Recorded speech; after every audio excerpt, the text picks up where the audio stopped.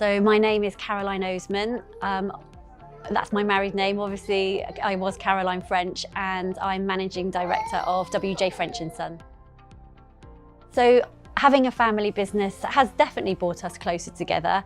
I remember working here when I was 14, 15, 16, working alongside my dad, and it definitely brought us closer together because I could see that he was very skilled in his job and really respected him and the knowledge that he had for shoes. So I'd say it definitely brought us close together, and it's a common conversation, isn't it, to have to talk about things, although we are banned from talking shoes at the dinner table, which has been in the family for generations. No shoe chat at the dinner table, otherwise it's just too boring for anyone else at the dinner table. Technology is changing so much. So since I've been here, I've brought in a computer system. So we just had a lady in a booth before with a till who would wait for the money to come during the day. But now we have Zap and Go, and all the stock is on the EPOS system. So we're able to use that information to buy more informatively and know what we've got. And we stopped making shoes in the 70s, basically because there just wasn't the demand, and all the shoes we sell now are shoes that come from factories. Some of the shoes we stock, like Church & Cheney, you could say they are handmade, as in the leather is cut and then it goes through 200 processes to make a shoe, but it is mechanicized. You have a workshop on site and they can repair a shoe and adjust a shoe. So the shoes coming out of factories now are so much better than they were 100 years ago that you should be able to find a shoe off the shelf for someone's foot, unless they have a really difficult foot, and then you'd have to have it specially made. So growing up, I would get stories of what had happened previously with the shop, because Roy's been here for 54 years, so he's always telling me stories. There's a little sticker on my desk that says action, and he said, "Oh, have you seen this sticker here?" And I was like, "Oh yeah, I hadn't spotted that before." He's like, "That's your grandpa, he's put it there because he needs to make decisions and we need action." So he would say, "Roy, action." Okay, I'm Roy Warbridge, manager of French's. I've been here 55 years. And then also that my great-grandfather, he had a dog that jumped into the window and ate all of the shoes, which was like very stressful, because obviously there were a lot of shoes in the window and there's only one shoe of the pair, so that was like loads of pairs. So I have a letter from my WJ French, who's the 4th generation, to his grandsons, which are my grandpa and his brother, written in 1926, and he's obviously near the end of his life, and he's given them all his life lessons, and he says things like, he wished he had learned a musical instrument because it's easy to learn things when you're young. It's hard to pick up things when you're older. Always do really well in your spelling, because it looks awful if you can't spell.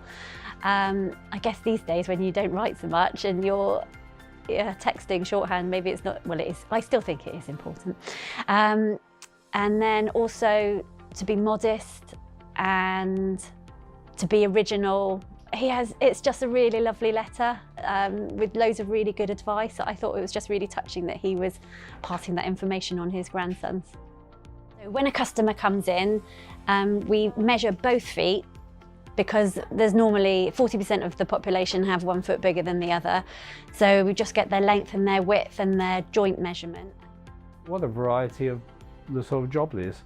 It's not only it's shoe fitting, it's buying, it's general work. It's been quite interesting all over the years, really.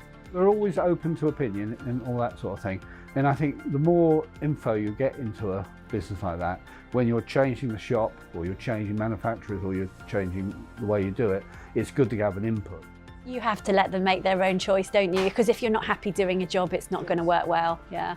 To not have 4 months of income is massive, and luckily we've had grants from the government which has helped, and the furlough scheme has been a lifesaver. Without that, it would have just been a complete nightmare.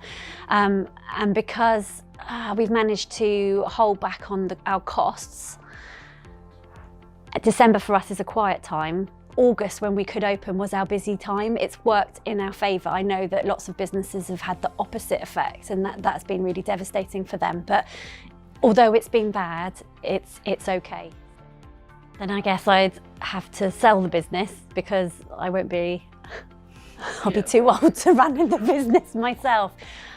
Do you know what? I haven't even really given it that much thought because you just so hope that it will be passed down to the next generation. But I guess if they don't want to do it, then I just have to sell the business to someone. So the benefit of coming to an independent run shop rather than a chain store on the high street, I think that we are really passionate about what we do.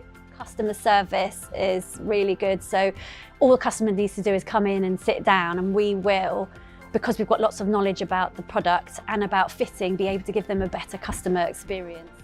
Looking for a job in those days, I mean, it really was. I was quite fancy doing shoe repairing.